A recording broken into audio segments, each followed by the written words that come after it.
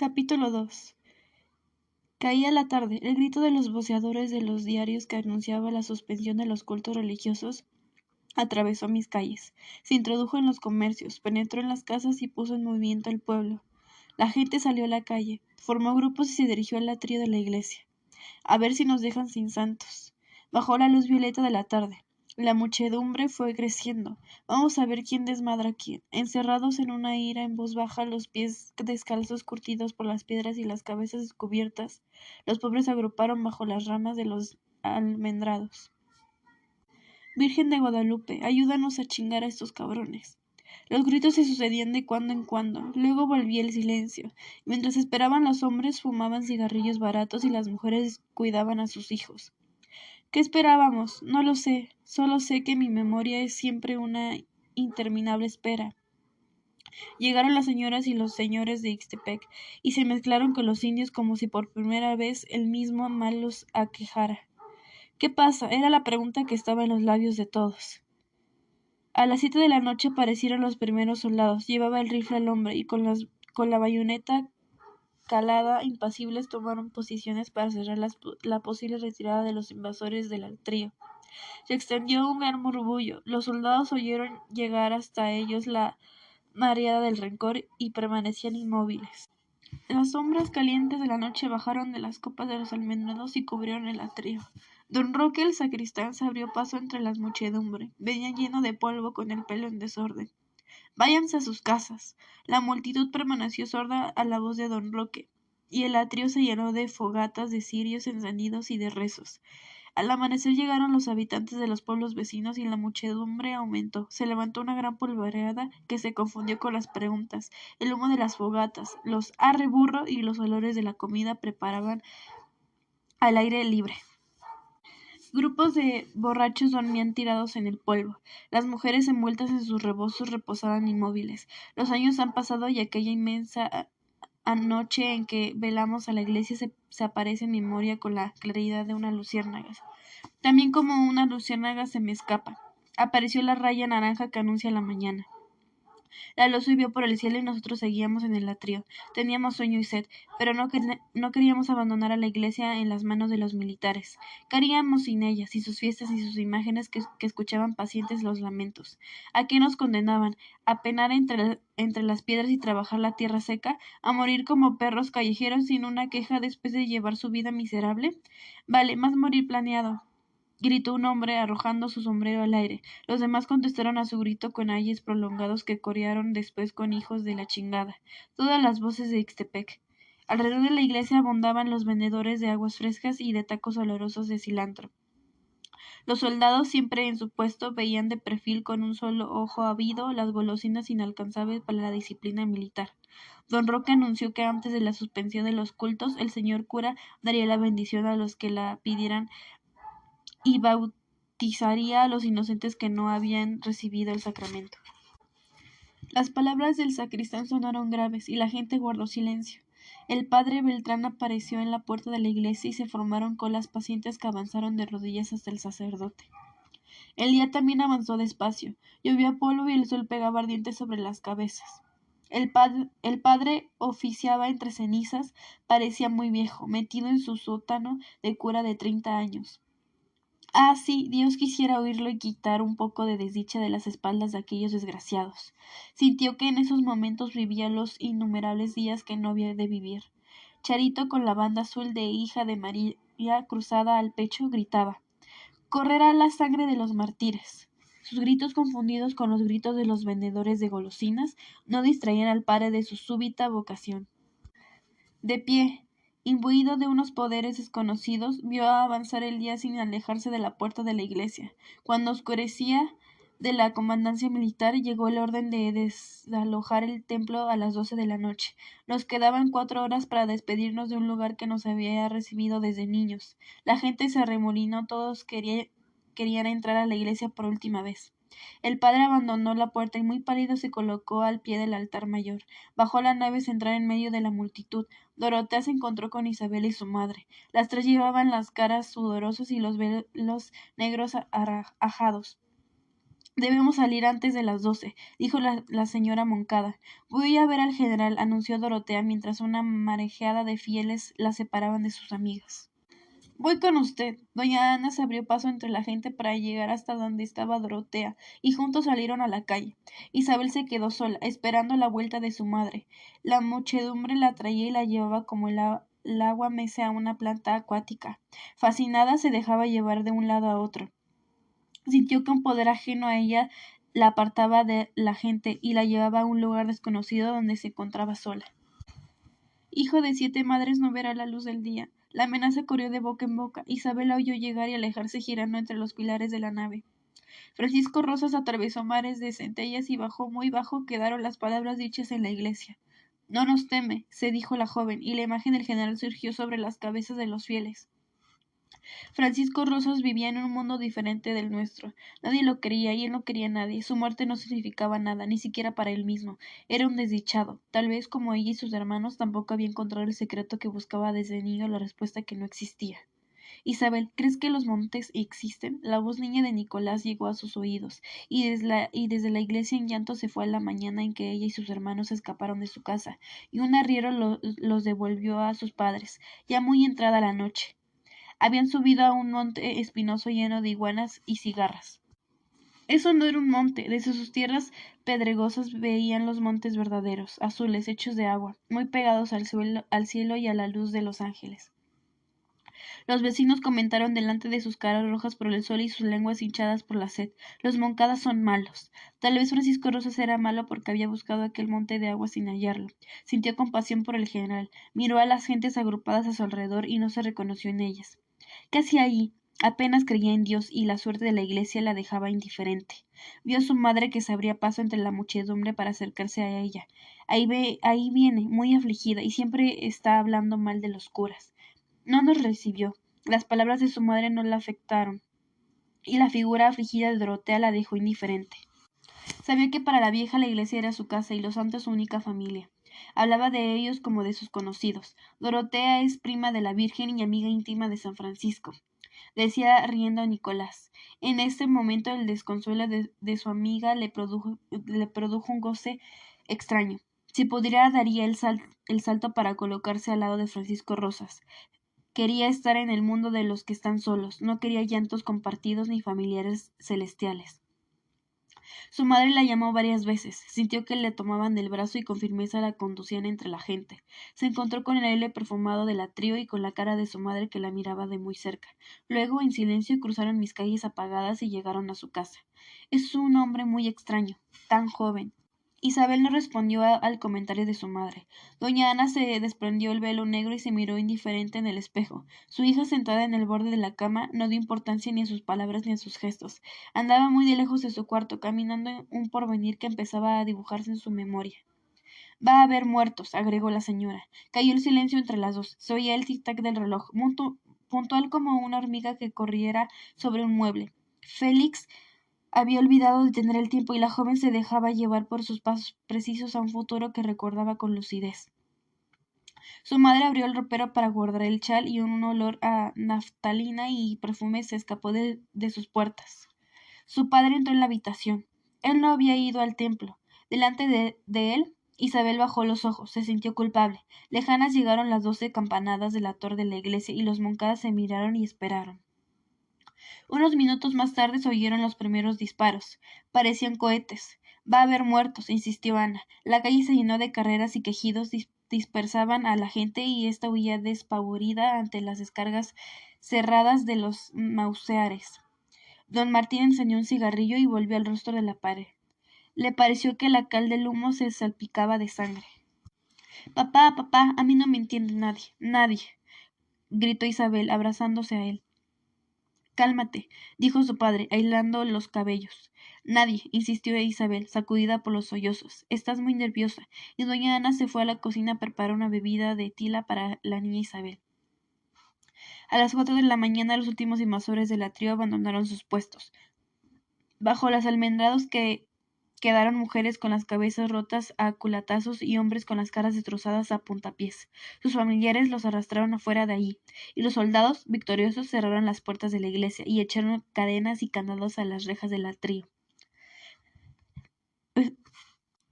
Luego, excitados por la pelea, cazaron a balazos a algunos perros callejeros que husmeaban la comida abandonada por los católicos. En la mañana el orden tan querido por los gobernantes se había restablecido.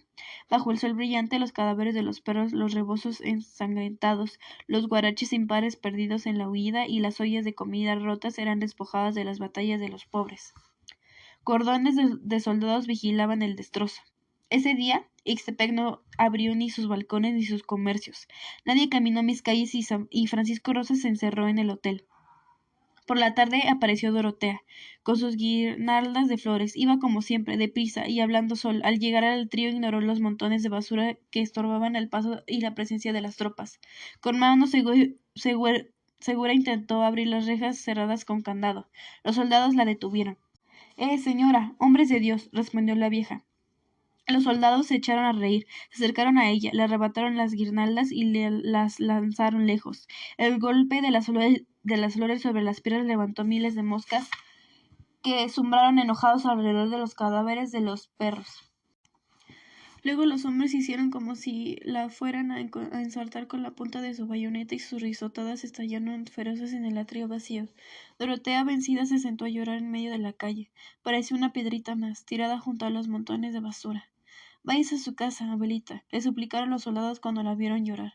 Sus ruegos sonaron huecos en el pueblo callado y Dorotea, sentada en medio de la calle, lloró hasta muy entrada la noche. Siguieron unos días callados y luego volvieron los motines inútiles y sangrientos. Me invadió un rumor colérico.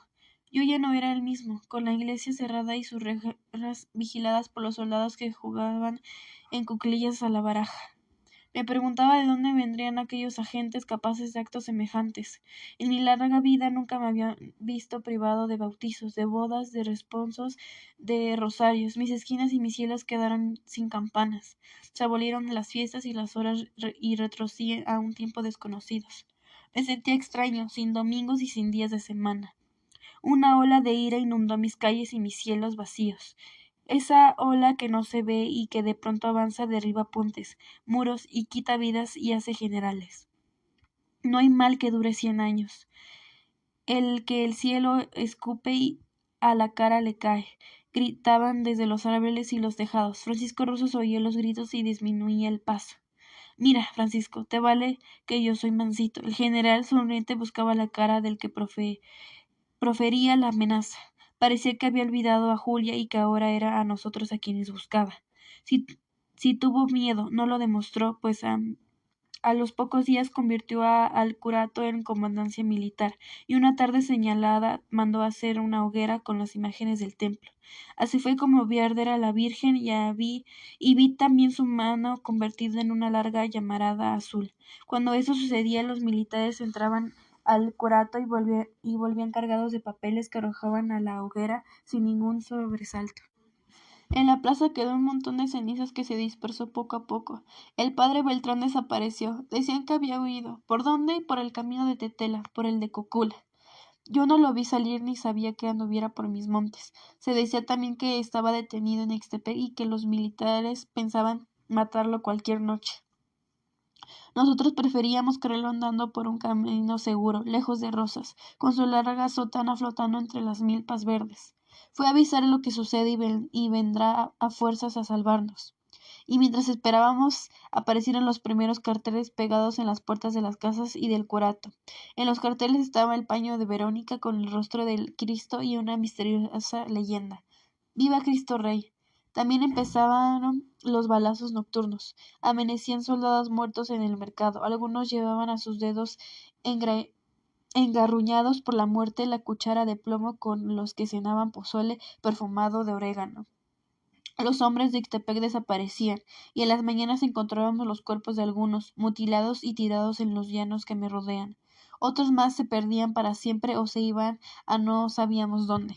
Se prohibió el uso de las linternas sordas para ayudarse a caminar en lo oscuro. No aluce, cabrón, y un balazo callaba la luz. Empecé a tener miedo del castigo y miedo de mi cólera. En las noches encerrados en las casas espiábamos. ¿Vendrán? No, nadie venía, nadie se acordaba de nosotros. Solo éramos la piedra sobre la cual caen los golpes repetidos como una imperturbable gota de agua. Era viernes, la noche estaba inmóvil, se oía el respirar pesado de las montañas secas que me encierran. El cielo negro, sin nubes, había bajado hasta tocar tierra. Un calor tenebroso volvía invisibles los perfiles de las casas. La calle del correo callaba. Ninguna raya de luz rompía sus tinieblas. Tal vez serían las 2 de la madrugada cuando se escuchó una carrera que resonó en Ixtepec como el redoble de un tambor. Dale, dale. Cayeron piedras que retumbaron sobre las piedras y se estrellaron en las maderas de las ventanas. Otras rondaron frenéticas y sacaron chispas al empedrado de la calle. Adentro de las casas, la gente se quedó quieta. Estaban matando a alguien. Dale, dale más. Las voces pedían más piedras. Un hombre pidió auxilio. Ábranme, padrecitos, socórrenme, Jesús bendito. Las voces asesinas cayeron roncas sobre la suya. Ahora te socorremos, cabrón. Una lluvia de piedras cayó sobre su súplica. La voz prendida de los barrotes del balcón de doña Matilde gimió. Virgen purísima. Una última piedra estalló sobre ella y la apagó. Vámonos, dijeron las voces sanguinarias. Sí, luego venimos a recogerlo. ¿Cómo que luego? Hay que llevárselo ahorita. Nos va a ensuciar de sangre, dijo una voz quejumbrosa. Es cierto, mejor esperábamos el rato que ya no cuele. Se oyó el ruido de un zaguán que crujía y de unas trancas cayendo. Las voces guardaron silencio, cruzaron la calle, se replegaron en el portón del correo y desde allí espiaron. ¿Quién era el piadoso? Doña Matilde en camisón salió a la calle llevando en la mano un quinqué encendido. Avanzó tentaleando entre las sombras que su luz no alcanzaba a romper. ¿Dónde, dónde, hijo mío? Los asesinos echaron a correr y la señora lo viera. La carrera se detuvo. Van a dar la vuelta a la manzana para caerme al llegar a la esquina, y no pudo avanzar. Los pasos se alejaron veloces y la noche volvió al silencio. Pegada al suelo por el miedo, la señora miraba sin mirar la oscuridad que la rodeaba y que su pequeña luz no deshacía. Sintió que los segundos caían sobre ella como enormes cenizas. Desde la cerca de enfrente, los Montufar la miraban a través de los visillos. También ellas estaban mudas por el miedo y fascinadas veían a doña Matilde que levantaba y bajaba el quinqué como si estuviera conjurando a las sombras. Apenas tengo tiempo, y trató de avanzar, pero el suelo se hundía bajo sus pies. Nunca se había dado cuenta de lo alejado que quedaba su balcón de la entrada de su casa. Cuando llegó a su ventana encontró el silencio que se produce en el lugar donde se ha cometido el crimen. El cuerpo no estaba y la sangre huía rápida eh, entre las piedras. Se lo llevaron y doña Matilde miró interrogante los barrotes y el muro ensangrentado. Doña Matilde giró sobre sí misma buscando, luego rehizo su camino entre su casa y cerró el portón. La noche sin aquel círculo de luz volvió a las sombras. El racimo de ojos asesinos se desplazó cauteloso hasta el lugar del crimen. Ahora sí, dijo una voz muy baja. ¿Qué pasa? Preguntó la voz quejumbrosa casi en un suspiro. ¿Quién sabe? Respondieron dos voces atemorizadas. Esto de meterse con Dios no es bueno, volvió a decir la voz apesadumbrada. Se nos fue el difunto. Vámonos de aquí. Y las voces quedas se alejaron de la casa de doña Matilde. La noche volvió al silencio. Media hora después del otro lado de Ixtepec, cerca de las trancas de Tetela, se oyeron los cascos de 4 caballos. Algo pasó. Sí, no vinieron. Vamos a entrar, ordenó Nicolás en voz muy baja. Su hermano y 2 caballerangos que acompañaban a los jóvenes tomaron el camino de la casa de los Moncada. Un grupo de soldados les salió al paso y los detuvo. ¿Quién vive? Gente de paz, respondió don Juan Moncada. Está prohibido caminar a estas horas. No lo sabíamos, venimos llegando de Tetela, volvió a contestar Juan Moncada. Pues quedan detenidos. ¿Detenidos? Gritó colérico Nicolás. Sí, no vaya a ser que sean de los que andan cazando soldados en la noche. Uno de los hombres cortaron un cartucho y se echaron el rifle al hombro, mientras otros arrebataron las riendas de las manos de los Moncada. Luego los encaminaron al curato convertido en comandancia militar. Al cruzar el patio sembrado de naranjos, un fuerte olor a alcohol se mezcló con el perfume de las ramas de los árboles. Los clavos que sostuvieron imágenes santas suspendían ahora el rostro torvo del jefe máximo de la revolución, título que se había otorgado el dictador, y la cara regordeta de Álvaro Obregón. ¿Y el padre? Preguntó Juan Moncada. Anda huido, contestó un soldado. Ahora es ley que los padres anden detenidos, por eso se huyó, agregó otro de los hombres. ¿A qué horas nos van a soltar? Dijo Nicolás, impaciente. No más que llegue el general. Él nunca se tarda cuando se trata de colgar pelados. Los hermanos guardaron silencio y los hombres se pusieron a jugar a los naipes. El cuarto se llenó de humo de cigarrillos amargos y de gritos. Tercia de espadas, caballo de oros, rey de copas. Los nombres de las cartas brillaban unos segundos en el cuarto sucio. Cada reina, cada caballo derribaba los muros manchados y dejaba entrar a los personajes luminosos de la noche. Un farito, joven, ofreció humilde uno de los soldados. Nicolás aceptó sonriente el tabaco. Para espantar el sueño, agregó el hombre, a guisa de excusa.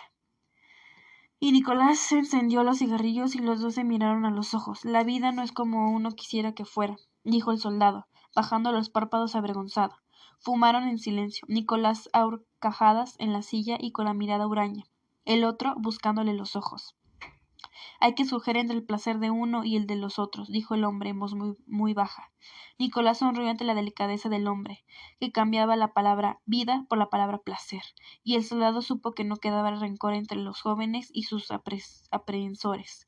Del patio de naranjos llegaron voces y pasos. Los soldados se pusieron de pie, guardaron los naipes y se alisaron las mechas negras. ¿En dónde están los conjurados? Por aquí, mi general.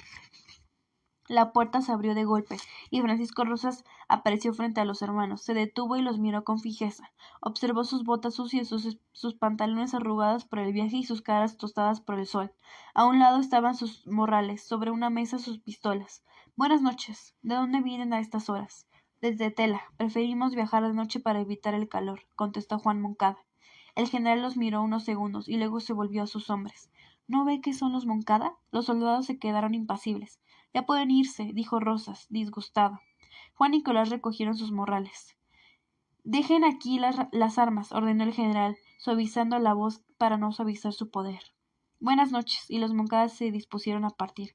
Oigan, ¿en sus andanzas no se encontraron con Habacuc? Preguntó Francisco Rosas, fingiendo indiferencia. Habacuc era un antiguo zapatista. Cuando Venustiano Carranza asesinó a Zapata, Habacuc guardó silencio, dejó las armas y se dedicó al pequeño comercio. Viajaba de pueblo en pueblo, montando en una mula. Vendía baratijas y se negaba a hablar del gobierno carrancista.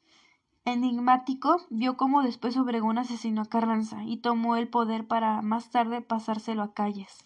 Él, Habacuc, siguió vendiendo sus collares de papelillo, sus arracadas de oro y sus pañuelos de seda, mientras el grupo en el gobierno asesinaba a todos los antiguos revolucionarios. Al empezar la persecución religiosa, Habacuc y su mula cargada de fantasías desaparecieron de los mercados. Se decía que se había ido a la sierra y que desde ahí organizaba la sublevación de los cristeros. No lo vimos, general, respondió muy serio Nicolás. Se le está juntando mucha gente, dijo Rosas con desgano. Parece. Francisco Rosas levantó una mano en señal de despedida. Nos vemos, Moncada. Y Rosas les dio la espalda. Los hermanos salieron del cuarto. Rayaba el día cuando cruzaron el portón de su casa. Parte 2, capítulo 3. Por la mañana 2 noticias rodaron de boca en boca. Rosas tiene miedo de Habacuc. Y, no saben, anoche mataron a don Roque y ahora andan buscando su cuerpo que se perdió. En la comandancia militar, la desaparición del cuerpo del sacristán provocaba la ira de Francisco Rosas. Me lo encuentra y me lo trae, gritó furioso el coronel Justo Corona. El coronel bajó los ojos y se mordió los labios. A las 8 de la mañana, seguido de un piquete de soldados, inició la búsqueda de aquel muerto caprichoso. Con cara adusta y un pañuelo retorcido al cuello, se dirigió a la calle del Correo. Al llegar al lugar donde había caído el sacristán, inspeccionó las huellas de sangre en el enjarrado de los muros y sopesó pensativo las piedras con que los soldados le habían roto la cabeza. Aquí merito fue donde se nos perdió, mi coronel. Un muerto no se pierde. La voz de Justo Corona llegó al interior de las casas. Las Montufar, que veían la escena detrás de los visillos, se miraron con malicia. Doña Matilde, avisada de lo que sucedía frente a su ventana, corrió a la cocina sin saber por qué se puso a batir unas claras de huevo. A Dorotea le gritaron la noticia por encima de las barbas, pero ella, impávida, siguió recando sus geranios. Pues no se perderá, mi coronel, pero se perdió, contestó el soldado con firmeza. Ya ve, mi coronel, lo que no sucede nunca de repente sucede, dijo otro de los hombres. Quedaría vivo, contestó pensativo Corona. Bien muerto lo dejamos. Ningún cristiano aguanta semejante pedriza sobre la cabeza. Lo usamos, mi coronel, lo usamos bien los ojos y ya no miraban. Justo Corona golpeó con el pie las piedras sueltas de la calle. ¿Qué portón se abrió? Estaba reto oscuro, mi coronel, dijo el de la voz quejumbrosa. Pero más o menos, ¿de dónde vino el ruido? Insistió Corona ceñudo. De allí, dijo un soldado señalado en Porto de los Meléndez. No, no, de allá, dijo otro señalando hacia la esquina de Alarcón. En esos trances no oye uno bien, dijo el de la voz perezosa. Un difunto es un difunto. Corona mira a sus hombres con desconfianza. Al rato va a apestar, mi coronel, y por el puro hedor lo hallamos, dijo el primer soldado para disipar las sospechas que había leído en los ojos de su coronel. Justo Corona lo escuchó sin decir una palabra. Luego se dirigió hacia la esquina. Desde allí calculó la distancia que había que recorrer para llegar al zaguán de Dorotea. La entrada de la casa de la vieja estaba más cerca del crimen que la entrada de la casa de los Meléndez. Buscó por el suelo las huellas de sangre. La calle del Arcón, perpendicular a la calle del Correo, estaba barrida y regada. Imposible encontrar algún rastro. Corona miró de arriba abajo la puerta de Dorotea. ¿La vieja vive sola? Bien sola, mi coronel. ¿Cómo es? Insistió Corona. Uy, ya está rete abuelita. Se rieron los soldados. Bien dobladita, agregó otro risueño. Ya le dijimos que no fue ella la que salió, sino la de la vuelta. ¿Y qué ganó? Nada. El muerto ya se había largado. La debería haber visto, mi coronel. Busca y busca y busca. Justo Corona regresó a la calle del Correo y miró con avidez hacia la puerta de doña Matilde. Esa fue la que salió de mi totera, ¿verdad? Ya le dijimos que de salir salió, pero que no halló nada, dijeron impacientes los soldados. Corona se llevó la mano a la barbilla y se quedó en la actitud del hombre que medita sobre un problema al cual no encuentra solución. De la casa de enfrente lo espiaban. Coronel vio las sombras a través de los visillos claros y con ferocidad cruzó la calle y se dirigió a la puerta de los Montufar. Con alegría examinó la mano de bronce cargada de anillos, que servía para llamar y dio varios golpes.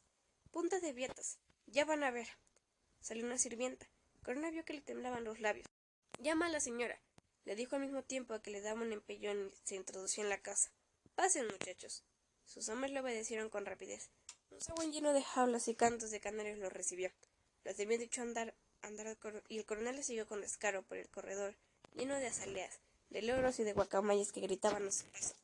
Lorito toca la diana, porque el coronel lo mandó. Justo Corona hizo un gesto de desagrado como si la canción del loro fuera una alusión. Sintió que se ponía rojo de ira. La sirvienta le señaló la puerta del comedor y Corona entró a la habitación con paso firme. La viuda y su hija habían corrido precipitadamente desde el balcón hasta el comedor. La mesa estaba servida para el desayuno, pero todo indicaba que ellas acababan de sentarse. No pudieron fingir asombro. Estaban demasiado pálidas. El coronel pareció satisfecho de su sorpresa y se detuvo sonriente. Buenos días, señora. Buenos días, señorita. Buenos días, murmuró Conchita mientras su madre hacía un gesto desfallecido para indicar al coronel que tomara asiento. Conchita cachó la cabeza y trató de contener un temblor que le invadía las manos. No podía servir el café. Los ojos del coronel se fijaron en ella. Está usted muy nerviosa, señorita, dijo con malicia. ¿Nerviosa? Hubo un silencio que el coronel se encargó de prolongar. ¿Qué será bueno hacer? ¿Le serviré un café? Se preguntaba doña Elvira con las manos quietas sobre el regazo. Desde el corredor llegaban los cantos despreocupados de los canales y los gritos de los loros. ¡Qué felices son los pajaritos! Dijo Conchita a pesar suyo. Su madre la miró con aprobación. ¿Qué no daría ella por estar en su lugar cantando en una jaulita, lejos de la mirada cacariza de ese hombre? El hombre sonrió. Ni tanto, señorita. Están presos sin haber cometido ningún delito. Nosotros solo nos encontramos en esta situación cuando cometemos un crimen, o lo encubrimos. Y justo Corona las miró con fijeza. Ellas se quedaron quietas. Por ejemplo, ustedes son sospechosas y se arriesgan a ir a cantar detrás de una reja. La señora y su hija se miraron asustadas. La madre se llevó una mano al pecho para contener los latidos de su corazón que se oían correr por todo el cuarto. ¿Cantar detrás de unas rejas? Preguntó Conchita indefensa. Sí, jovencita. Conchita bajó la cabeza de doña Elvira y trató de sonreír. Anoche se cometió un crimen en esta calle y los asesinos ocultaron el cadáver. El deber de las autoridades es encontrar a los culpables y a la víctima. Figúrense a dónde iríamos a parar si pudiéramos asesinar y enterrar libremente a nuestros enemigos. Las mujeres no contestaron. ¿De manera que ahora el crimen lo habían cometido ellas? Era una trampa para que ellas, indignadas, acusaran a los soldados. Eso es lo que hubieran hecho los Moncada, convertirse en testigos oculares de los hechos. Y eso era lo que ellas debían evitar. La señora miró con intensidad a su hija para transmitirle sus pensamientos, pero Conchita estaba absorta repitiéndose las palabras que le habían dicho desde niña. En boca cerrada no entran moscas. Aquella frase repetida Cada instante marcó su infancia, se interpuso entre ella y el mundo, formó una barrera infranqueable entre ella y los dulces, las frutas, las lecturas, los amigos y las fiestas. La inmovilizó. Recordaba a su padre y a su abuela hablando sobre lo insoportables que eran las mujeres, palabreadoras, y repitiéndosela a cada instante, y así los juegos terminaban antes de empezar. —¡Chist! ¡Cállate! Recuerda que en boca cerrada no entra mosca. Y Conchita se quedaba de este lado de la frase sola y atontada, mientras su abuelo y su padre volvían a hablar interminables horas sobre la inferioridad de la mujer. Nunca se atrevió a saltar por encima de esas 6 palabras y a formularse lo que quería de la vida. Ahora la frase se erguía como un muro entre ella y el coronel Corona, que seguía mirando al interrogante. Los inocentes deben cooperar con las autoridades para esclarecer este horrendo crimen. Corona sacó un cigarrillo y sin pedir permiso empezó a fumarlo con deleite, mientras esperaba una palabra cualquiera de las 2 mujeres. Conchita, después del error de nombrar a los pajaritos, estaba decidida a guardar silencio. Consideraba la conversación muy peligrosa y dejaba la responsabilidad a su madre. Doña Elvira se enderezó en su silla, miró a Corona y trató de sonreír. Buscaba una frase que no la comprometiera. ¿Qué pueden hacer 2 mujeres solas, coronel? Decir que vieron y que oyeron anoche, explicó Corona, insistiendo que iban por un camino más seguro. Estábamos dormidas. ¿Piensa usted si íbamos a rondar por la casa a esas horas de la noche? A esas horas. ¡Ajá! Saben la hora. Quiero decir que nosotros nos dormimos a las 7 de la noche, contestó la señora poniéndose muy pálida. Las mujeres son de sueño ligerito y el hombre gritó mucho antes de morir. Si hubiéramos oído algo, se lo diríamos. Justo Corona se mordió los labios y los miró con disgusto. Sabía que le mentían. El cadáver estaba en esta calle. Ellas callaron y ocultaron sus ojos de la mirada severa del militar. La voz Corona sonó trágica. Señorita Montufar, vamos a catear su casa. Siento mucho declararla cómplice de un crimen. Haga lo que guste, dijo la señora. Justo Corona se volvió a la sirvienta que contemplaba atontada la escena. Anda, ve y diles a mis muchachos que vengan acá y que 2 se queden vigilando la entrada. La sirvienta desapareció. Tengo órdenes de encontrar el cuerpo y de detener a los encubridores, agregó solemnemente el coronel Justo Corona. Conchita y su madre guardaron silencio. Volvió la criada acompañada de un grupo de soldados. En menos de una hora la casa de los Montufar quedó desconocida. Corona vació los roperos, las cómodas, los cajones de las mesas, bajó los colchones al suelo y golpeó las almohadas. Luego revisó el jardín, buscó en las bodegas, interrogó a las criadas, volvió al lado de la señora y de su hija que, lívidas de ira, escuchaban el destrozo sin moverse de sus sillas. El coronel las vio decididas al silencio y se despidió con una inclinación de cabeza. Al llegar a la puerta se volvió. Cualquier dato que tengan sobre la desaparición del cuerpo, díganlo para evitarse un castigo severo. En vano esperó unos segundos. Los Montufar no despegaron los labios. Una vez en la calle, el coronel se dejó llevar de la ira. Se había burlado indefenso frente a la terquedad de las mujeres. Sus soldados iban cabizbajos, tratando de disimular la derrota de su jefe. Lo peor del mundo es tratar con mujeres. Muy cierto, mi coronel, muy cierto. Abusan de la cortesía del hombre, agregó Corona. Son ladinas, mi coronel. Vamos a ver a esa, dijo con rabia Corona mirando la casa de doña Matilde, y cruzó la calle a grandes zancadas. Hace ya mucho rato que la señora Menéndez había cesado de batir las claras de huevo y que se paseaba nerviosamente por el corredor, aguardando la llegada del coronel. Cuando oyó los aldabonazos, no esperó a sus criados, ella misma se precipitó a abrir la puerta. Corona se sorprendió al verla. Señora, traigo la penosa misión de catear su casa. Era mejor ir directamente al grano y no perder tiempo ni paciencia hablando con ella. La señora sonrió y le cedió el paso. Los soldados entraron al jardín y su jefe les ordenó que revisaran el pozo y los jardines. Luego pidió las llaves para abrir el pabellón en donde había visto Hurtado. Él, seguido de 3 de sus hombres, se dirigió a las habitaciones guiados por doña Matilde. Sus pasos sonaban marciales en el silencio sombrío de la casa. En el fondo del corredor, bajo los arcos que comunicaban a la cocina, los criados esperaban curiosos. El coronel encontró al dueño de la casa metido en la cama. ¿Enfermo? Preguntó atentamente. Sí, coronel. Las fiebres, dijo don Joaquín, que había adelgazado mucho desde la noche en que los militares sacaron a Felipe Hurtado de su casa. Con cortesía minuciosa, Coronel revisó el cuarto. El señor no hizo ningún comentario. Doña Matilde, al lado de la cama, dejaba hacer a los militares sin inmutarse. Hasta ella llegaba el barullo de los soldados que los soldados armaban en los cuartos vecinos. Corona se volvió. Usted salió anoche, señora. La señora le interrumpió. Oí que unos soldados estaban matando a un pobre hombre y salí a socorrerlo, pero no lo encontré. Señora, cuidado. ¿Dijo usted unos soldados? Sí, señor. Señora, ¿no sabe usted que es un delito lanzar acusaciones infundadas? Sí, señor, lo sé, pero este no es el caso. Eran unos soldados. Primero hay que encontrar el cuerpo y luego acusar al criminal, dijo Corona rencorosa. Aquí no encontraron ni uno ni lo otro, replicó doña Matilde. Corona guardó silencio. Esta vieja es peor que las de enfrente, se dijo. Ya sabré lo que ella sabe y entonces le bajaré los humos. Para hacer algo buscó en el bolsillo de su guerrera. El paquete de cigarrillos encendió uno. De historia empezó a fumarlo cuando oyó la voz de doña Matilde. Perdone, a mi marido le molesta el humo. Si quiere usted fumar, haga el favor de salir del cuarto. Corona apagó con rapidez el cigarro y sonrió. No faltaba más. Los esposos no le devolvieron la sonrisa. Le miraron como al intruso que ocupaba un lugar y un tiempo que no le pertenece. Entró un soldado. ¿Nada? Nada, mi coronel. No quedaba más remedio que despedirse. La señora le acompañó hasta la puerta. Corona hizo un último intento. ¿Y no oye usted nada que pudiera indicarme quién se llevó el cadáver? Nada. Los viejos estuvimos muy mal. Y lo miró con malicia. Esta vieja alzada sí que es mala, exclamó justo Corona cuando se encontró otra vez en la calle. La mañana estaba ya muy alta. El sol pegaba sobre los muros y los tejados. Corona miró su reloj. Eran las 10:30. Más de 2 horas viendo cartitas y chanclas, comentó con enojo. Sí, mi coronel, cuánto recuerdito guardan las señoras. Y los soldados iban a reírse, pero la cara contraria de Corona les cuajó la risa en la garganta. Muy cierto, mi coronel. Las de enfrente son más manuables, más gentes. ¿Qué diferencia con esta? Dijo otro para seguir por el camino dibujado por el interior y distraer a Corona de su cólera. Vamos a ver a la ancianita. Y Corona dobló la esquina y llamó con energía a la puerta de Dorotea. Esta apareció con la regadera en la mano. Corona se quedó indeciso ante la actitud atónita y los ojos añosos de la vieja. Pasen, pasen. Entren a su humilde casa. A nadie se le niega una sombrita. Los hombres obedecieron y Dorotea les encaminó a un rincón del corredor en donde había algo de frescura. Este santo calor, repetía Dorotea como si hablara con ella misma moviendo incrédula la cabeza. Los soldados la siguieron sin decir una palabra. La casa era muy distinta a las de las otras dos que habían visitado. Aquí el encalado de los muros estaba destinado al humo.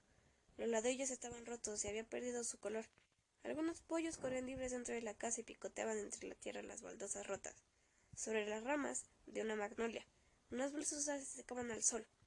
Racimos de cirios y de velas de parafina colgaban de los muros al lado de los manojos de mazorcas y de ajos. Las moscas estaban quietas. De las habitaciones, sin puertas salía una oscuridad de cueva. Solo la tinaja de barro llena de agua parecía vivir alegre en medio de aquel polvo. Corona y sus hombres no sabían qué decir. Se encontraron en uno de esos lugares, especie de última estación, en donde los viejos solitarios esperan un tren desconocido cuando estén igualmente desconocido, y todo lo que los rodea ha dejado de existir. No tengo dónde recibirlos. Los revolucionarios me quemaron la casa. Corona se rascó la cabeza y miró perplejo a sus hombres. Estos parecían decirle, ¿no se le habíamos dicho ya? ¿Verdad que está muy abuelita? Dorotea cargó unas sillas de tule y se las ofreció. No se moleste. Corona se precipitó a arrebatar las sillas de las manos de su huésped. Después él mismo formó el estado y ocupó una de las sillas. ¿Quieren un vasito de agua? ¿O un ramito de flores? A nadie se le niega un trago de agua o una flor. Y Dorotea, en medio de las protestas de Corona, se dirigió al jardín a cortar rosas y jazmines y tulipanes. Caray, mi coronel, semejante alambrito. ¿Cómo había de poder con el difunto que era Garrida? Al rato se muere. Ya se está desdibujando todo, agregó otro soldado. Volvió Dorotea. Corona, sentada en su sillita baja, se encontró con un ramo de rosas y jazmines en la mano. Dorotea repartió vasos de agua fresca que los soldados bebieron agradecidos. Se sintió ridículo persiguiendo a aquella ancianita. Señora, empezó. Señorita, nunca me casé, corrigió Dorotea. Señorita, volvió a empezar Corona. No se asuste. Anoche murió alguien en estas cercanías y su cadáver desapareció. La comandancia giró la orden de catear las casas de la vecindad y como su casa está en el área afectada tenemos que proceder. Está usted en su casa. Disponga de lo que quiera, repuso Dorotea subiéndolo de grado. Corona hizo una seña a sus hombres y estos se adentraron en las habitaciones, el jardín y los corrales. El coronel permaneció al lado de la mujer dándole conversación. A los pocos minutos volvieron los primeros soldados. Todos los cuartos están ardidos, mi coronel.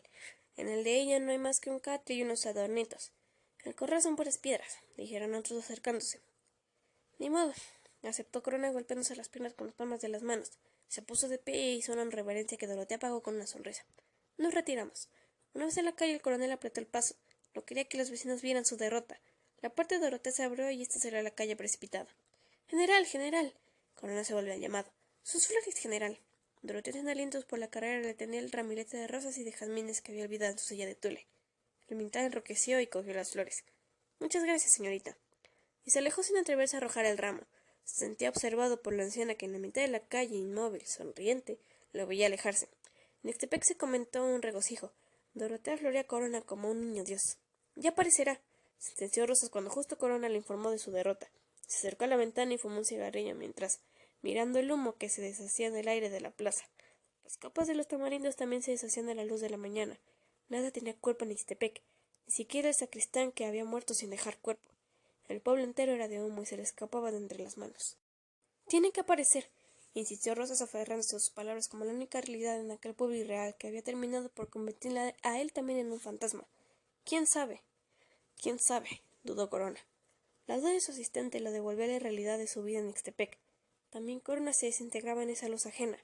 Y él, Francisco Rosas, lo perseguían gritos sin boca y él perseguía a enemigos invisibles. Se unía en un espejo y avanzaba por pleno sin fondo, solo alcanzaba el insulto de un árbol o la amenaza de un tejado. Lo cegaba el reflejo del silencio y de una cortesía que le cedía a las aceras de la plaza. Así le habían arrebatado a Julia, engañándolo con gritos que nadie profería y enseñándole imágenes reflejadas en otros mundos. Ahora se le mostraba los muertos equivocados de los árboles y él, Francisco Rosas, confundía las mañanas con las noches y los fantasmas con los vivos. Sabría que se paseaba en el reflejo de otro pueblo reflejado en el espacio. Desde que llegó a Ixtepec, Julia se le atrevó a esos pasadizos sin tiempo. Allí la perdió. Y allí la seguiría buscando, aunque Ixtepec nunca le diera la palabra que correspondiera en el hecho. Él lo sabía. Le escamoteaban los días, le cambiaban el orden a las fechas, las semanas pasaban sin que le enseñaran un domingo. Perdía su vida buscando las huellas de Julia y las calles se descomponían en minúsculos puntos luminosos que borraban el paso dejado por ella en las aceras. Un orden extraño se había apoderado de ese pueblo maldito. Justo Corona se acercó a su jefe. También él tenía las manos vacías. Ixtepec se le escurría como una serpiente. Los miraron la plaza tendida como un espejo de piedra. Las gentes iban y venían sin ocuparse de ellos ni de sus cavilaciones.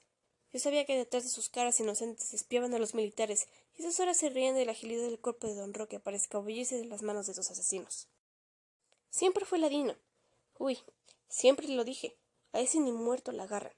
Las betas no van a permitir que no se entierre en sagrado. No tratarán de venir en comisión a pedir el permiso de enterrarlo. Francisco Rosas dijo esas palabras para no declararse vencido ante Corona. Las beatas. ¿Qué le importaban a él las beatas ni los curas? Hablaba así por orden de sus superiores. ¿Quién sabe? ¿Quién sabe? Estas viejas son difíciles. Justo Corona creía en su lenguaje y estaba triste esta mañana. Era por no haber cumplido las órdenes recibidas desde México. Pasaron los días y nadie se presentó en la comandancia militar a solicitar el permiso de inhumación para el cuerpo de don Roque. El general no se sorprendió.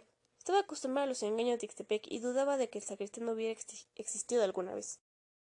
No sabía qué decir, y cansado daba vueltas por su despacho. Estas gentes se traen algo, repite justo Corona y miraba ansiosamente a través de la ventana en busca de un indicio que lo llevara a la pista del cuerpo de don Roque. Francisco Rosa lo escuchaba sin oírlo. Qué rápida esta gente sea sacristán. Él andaba en busca de algo más intangible. Perseguía la sonrisa de un pasado que amenazaba esfumarse como una voluta de humo. Ese pasado era la única realidad que le quedaba. Sí, coronel, se traen algo. No quiso contradecir a su segundo ni quiso confesarle que para él estas gentes no existían. Justo Corona se sintió traicionado por su jefe. Lo abandonaba. Lo dejaba solo en la lucha contra el pueblo. Otra vez se burlan de usted, mi general. Esto es lo que a mí me duele, dijo haciendo una alusión pérfida a Julia. Francisco Rosa detuvo su paseo circular y miró con fijeza a su ayudante. Era verdad. Corona tenía razón. La abuela de Ixtepec era el origen de su desdicha. Se acercó ronqueroso a la ventana y miró las idas y venidas de mis gentes. Muy cierto. Estos se traen algo. Los militares nos espiaban y nosotros esperábamos la aparición de Habacuc, el cristero. Andaba alzado en la sierra, y su nombre corría de pueblo en pueblo. A medianoche los hombres cogían los caminos secretos y se escapaban de Ixtepec para unirse a los alzados. Habacuc dormía de día y en la noche aparecía dando un alardido en los pueblos vecinos. Mataba a los soldados, liberaba a los presos e incendiaba las cárceles y los archivos. Los hombres lo acogían juntando sus alardidos a los suyos y descalzos corrían detrás de su caballo que volvía a desaparecer en los vericuetos de la sierra. Alguna noche Ixtepec oyó su grito: ¡Viva Cristo Rey! Y eso sería la última noche de Francisco Rosas. Ya no tarda en venir, y nos reíamos abriendo el nuevo incendio de Ixtepec. De que llega, llega. Y ni siquiera mirábamos a las ventanas de la comandancia militar donde estaban los militares espiándonos. El general y sus ayudantes eran nuestros presos. Capítulo 4. A las 6 de una tarde morada llegó un ejército que no era el de Habacuc. Sus soldados acamparon en la plaza. Encendieron fogatas, asaron cochinitos y cantaron viejas canciones de fusilados. Los miraron con rencor. Desgraciados, ni siquiera gozan del placer de morirse por quien quieren. Un nuevo general apareció. Venía a inspeccionar la zona. Por la mañana se paseó muy derecho subido en un coche de motor que daba tumbos sobre el empedrado de las calles. El nuevo general le faltaba un ojo, tenía la cara chata y la piel cetrina. No se inmutaban ante los perros que ladraban a su paso ni ante las gallinas que huían espantadas en medio de la polvareada que levantaba su automóvil. Él nos miraba impávido desde su único ojo, sudando en la estrechez de su chaquetín de cuello alto y su kepí muy derecho sobre la cabeza al rape. Pasó la noche en el Hotel Jardín, hablando con el general Francisco Rosas, y muy de madrugada se fue seguido de sus soldados. Era el general Joaquín Hamaco, e iba a combatir a los cristeros. Es yaqui, es un indio traidor, dijimos asustados. Un yaqui traidor encerraba todos los males. La mirada impar del general Tuerto nos prometió castigos que encendieron los ánimos y por la noche lanzamos gritos estentorios que corrieron de calle en calle, de barrio en barrio, de balcón en balcón. ¡Viva Cristo Rey! ¡Viva Cristo Rey! ¡Viva Cristo Rey! Contestaban desde una ventana. Respondían desde la oscuridad de una esquina. ¡Viva Cristo Rey! El grito se prolongaba en los portales. Sonaba disparados persiguiendo aquel grito que dio la vuelta al pueblo. A oscuras lo correteaban los soldados y él surgía de todos los rincones de la noche. A veces corría delante de sus perseguidores, luego los perseguía por la espalda. Ellos lo buscaban a ciegas, avanzando, retrocediendo cada vez más enojados. Después, durante noches y noches, se repitió el baile del grito y de los soldados que zigzagueaba por mis vericuetos y mis calles. Por las mañanas Francisco Rosas fingía no ver los carteles pegados en las mismas puertas de la comandancia militar. Con el paño de la Verónica, el rostro de Jesucristo y las palabras «¡Viva Cristo Rey!», el general llamó a los soldados que mataron a don Roque. ¿Están seguros de que murió? Sí, mi general. Le abrimos la cabeza como un jarro. Le eché la luz en los ojos, los tenía bien abiertos y espantados. Ya había entregado. Francisco Rosas se quedó pensativo y se encerró en su despacho con Justo Corona. Alguien los organiza. Por eso dudo de que haya muerto. Los muchachos lo aseguran, dijo Corona, molesto. Pues Ixtepec se burla de mí. Hay que imponer un castigo ejemplar. ¿A quién? A los responsables de la desaparición del cuerpo de Sacristán. Justo Corona dijo estas palabras pensando en doña Matilde. Rosas no supo qué contestar. ¿Quiénes eran los responsables? No lo sabía. Solo sabía que, desde la desaparición de don Roque, Ixtepec había cambiado. Alguien dirigía desde las sombras aquellos gritos y crímenes nocturnos. Una de esas mujeres lo enterró en su jardín, o lo tiene vivo, y es él quien dirige esta jarana. Haga otro cateo, coronel, y si encuentra la tierra removida o los ladrillos remendados, busque. Ahí está el sacristán, me lo trae como esté, lo mismo que a la encubridora. Por segunda vez, justo Corona, seguido de un piquete de soldados, se dirigió a la calle del Correo. La voz de que iba a catear la casa de doña Matilde le llegó a esta antes de que la visita del coronel. La señora pasó la alarma a los Montufar y a Dorotea. Cuando Justo Corona se presentó, encontró en las tres casas las mismas actitudes y ninguna novedad sobre el cuerpo de don Roque. En ninguna de las tres casas había removido los ladrillos. La tierra de los jardines estaba pareja y las plantas intactas. En los corrales las piedras y las hierbas no se habían movido en muchos años. El coronel regresó desalentado a la comandancia. Nada, mi general. La fuga del cura la entiendo, pero un muerto no se pierde. Ya lo sé, mi general, pero en esas casas no hay nada. Los militares se quedaron cabizbajos desde el balcón del despacho de Rosas. Vieron pasar a doña Carmen, con su canastita de labor al brazo y el pelo húmedo todavía por el baño. La visita diaria de la esposa del doctor a doña Matilde les pareció sospechosa. ¿Qué se traen esas gentes? Y los militares encendieron un cigarrillo y se instalaron detrás de los vidrios del balcón para espiar a los paseantes. Siguieron después unas criadas de vuelta del mercado, luego unos chiquillos persiguiéndose y lanzándose con honor cáscaras de naranja que les dejaban marcas rojas en las piernas. Más tarde apareció el coche de caballos del doctor Arrieta. Detrás, dos aguadores. Todos parecían entregados con inocencia a sus quehaceres. Las 3 casas han estado vigiladas, de día y de noche, mi general. Los militares se encontraron vencidos por el silencio de Ixtepec. ¿Qué podían hacer frente a aquellas caras inocentes, frente a aquel pueblo radiante en la mañana y en las noches, oscuro y movedizo, como un pantano de arena? Hay que encontrar el soplón, gritó de pronto Corona, asombrado de que no le hubiera ocurrido antes una cosa tan simple. Hay que buscarlo del lado de las 3 casas. A los pocos días el sargento Illescas cortejaba a Inés, la sirviente de la señora Montufar. El general llamó al capitán Flores a su despacho. Capitán, vaya a dar una vuelta por la casa de la Luchi, a ver qué saben ahí del sacristán. El capitán Flores iba a decir algo, pero se encontró con la mirada resuelta de Francisco Rosas y los ojos rencorosos de Justo Corona. Avergonzado por la pequeñez de su misión, salió del despacho de su superior sin decir palabra. Por la noche se presentó en casa de las Cuscas. Hacía ya días que no iba a visitarlas, y las muchachas lo recibieron con frialdad. El capitán fingió alegría y echó a andar el gramófono, al mismo tiempo que pedía bebidas para todos. La Luchi se sentó a su lado. En vano Flores trataba de sentirse como antes. Estaba triste, nunca pensó que alguna vez tendría que espiar a esas mujeres. ¿Hasta dónde había caído? ¿Qué te pasa? Le preguntó a la patrona. No sé, este pueblo se ha vuelto muy triste. Tengo ganas de largarme lejos de aquí. La Luchi bajó los ojos. Flores la miró de soslayo. Le hubiera gustado decirle que estaba harto de fusilar campesinos, que no entendía el rencor de Corona ni la actitud obcecada de Rosas, pero no podía decir nada. Él era su cómplice y estaba ahí, tratando de averiguar cosas que podían costarle la vida a las muchachas. ¿Y por qué la Luchi? ¿Qué podía saber una pobre mujer como ella, aislada del mundo, encerrada en una casa mala? Nada. La certeza de que la mujer estaba al margen de la desaparición del cuerpo del sacristán lo tranquilizó. Cumpliría con la orden recibida, y luego, con el corazón aligerado, la invitaría a bailar. No sabía qué decir ni cómo empezar. Él era soldado, no era policía. ¿Cuántas cosas se cuentan en este pueblo? Sí, respondió ella lacónica. ¿Has oído lo que cuentan del sacristán? No, me preguntó qué sucedería con su cuerpo. La cara de la Luchi cambió y miró al oficial con ojos severos. Este sonrió para restar importancia a la pregunta que había molestado a la muchacha. Ustedes lo mataron y ahora quieren asustarnos. ¿Estás segura de que lo matamos? Replicó Flores, risueño. La Luchi se levantó, se dirigió al rincón que ocupaba Juan Cariño y le dijo algo al oído. El loco la escuchó con atención, se puso de pie y vino hacia Flores. Jovencito, le suplico que no venga a turbar el orden de esta casa haciendo preguntas capciosas.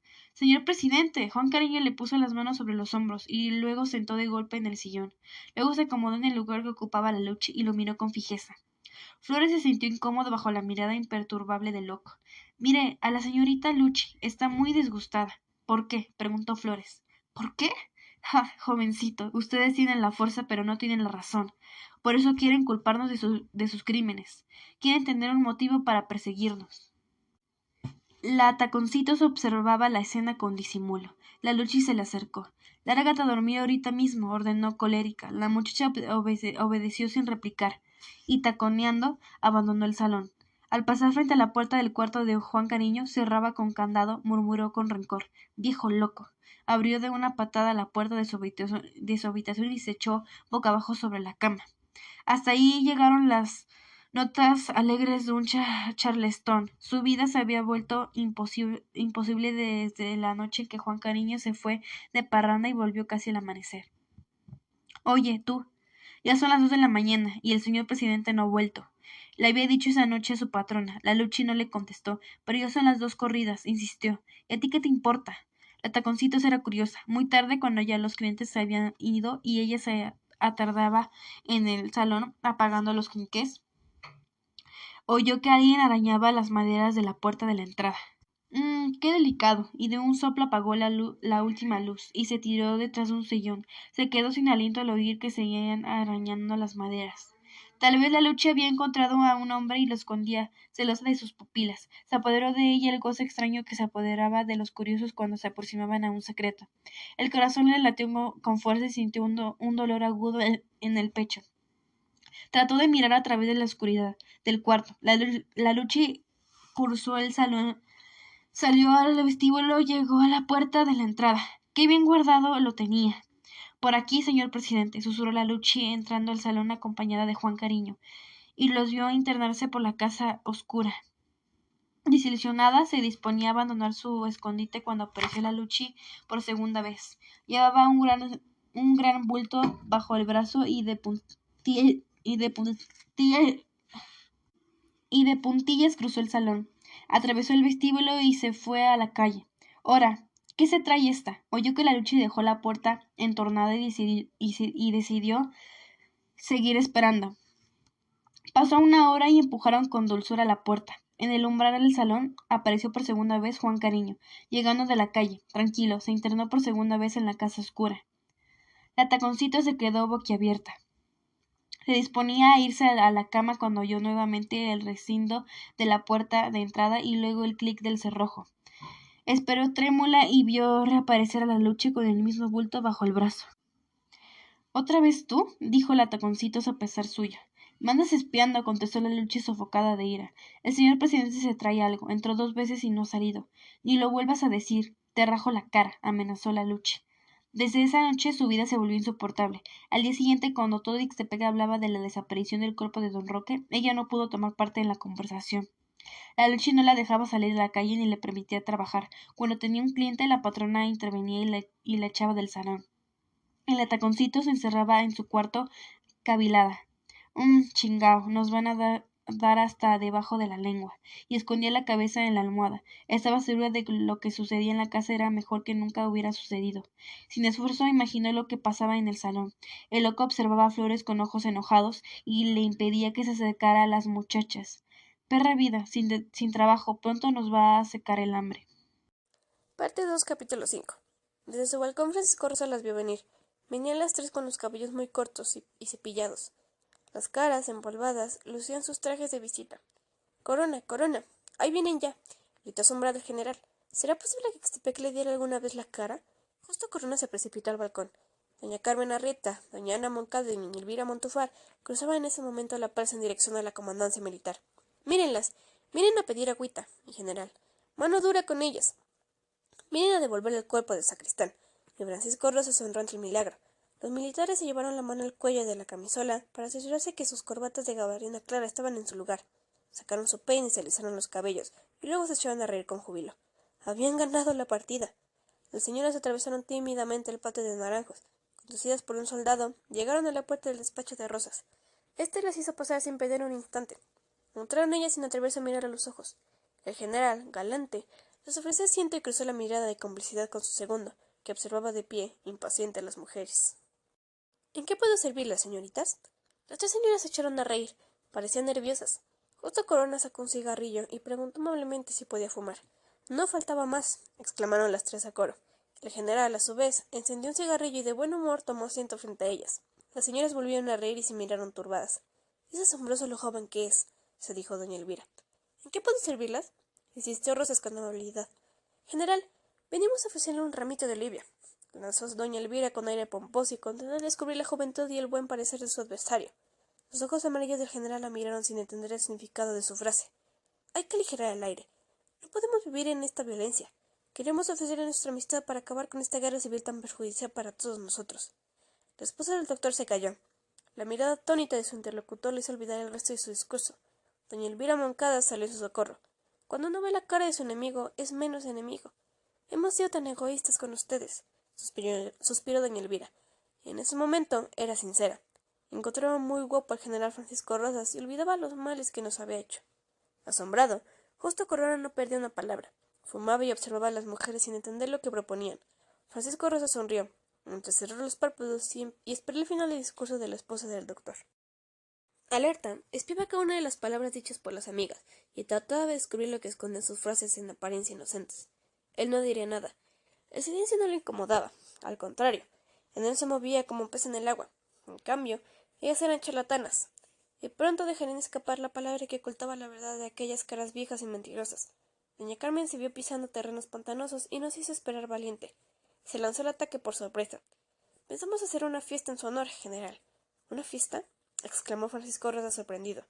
Sí, general, una fiesta, repitió ella con calma. Y, con inocencia, explicó que una fiesta era la mejor manera de proclamar las hostilidades entre el pueblo y los militares. Habían terminado. La risa borra las lágrimas, concluyó sonriente. Francisco Rosa aceptó la invitación. ¿Qué podía hacer? Las señoras fijaron la fecha de la fiesta y sonrientes y amigas abandonaron su despacho. El general se volvió hacia Corona. —¿Qué le parece, coronel? —preguntó sin salir de su asombro. —No sé, no me fío de las mujeres y menos de las mujeres de Ixtepec. A ver si la fiestecita le sirve para envenenarnos a todos. Sí, podría ser una encerrona. Y Francisco Rosa se volvió a perder en los vericuetos resbaladizos de Ixtepec. Capítulo 6. También yo me sorprendí del entusiasmo con que mi gente aceptó la idea de la fiesta para el general Francisco Rosas. El hombre es voluble, se diría que en un instante todos olvidaron la iglesia cerrada y a la Virgen convertida en llamas. Los carteles con el paño de la Verónica y el rostro de Jesucristo dejaron amanecer en las puertas, y los gritos nocturnos con las palabras «Viva Cristo Rey» cesaron. Mis noches volvieron a la calma. El miedo mágicamente disipado con la palabra fiesta se convirtió en un frenesí que solo encuentra paralelo en mi memoria con la locura que me poseyó durante las fiestas del centenario. Recuerdo aquellos días vertiginosos y en mi memoria se confunde con los días anteriores a la fiesta de Doña Carmen de Arrieta. Aquellos otra vez la gente pudiente se fue a México y los que nos quedamos esperábamos con avidez melancólica las noticias luminosas que nos llegaron de la capital. Éramos los desterrados de la dicha, y aunque también celebrábamos el primer siglo de la independencia, mis fuegos de artificio y mis trajes de gala se hundieron en el polvo levantando por las carretelas desbordantes de embajadores extranjeros, las cabalgatas brillantes y los cohetes de Pekín que incendiaron la capital. Ahora la fiesta del general Francisco Rosas corría por la estela luminosa dejada por las fiestas anteriores. Todos querían olvidar a los colgados de las trancas de Cocula. Nadie nombraba a los muertos aparecidos en los caminos reales. Mis gentes preferían el camino brevísimo de las luces de Bengala, y de sus lenguas surgía la palabra fiesta como un hermoso cohete. Juan Cariño era el más exaltado. Levantaba sin cesar su sombrero de copa para saludar a los vecinos y sonreía satisfecho. Estaba de vacaciones. Es una de las bellas artes, explicaba con arrogancia a las muchachas, que escuchaban tristemente los preparativos de la fiesta a las que ellas no irían.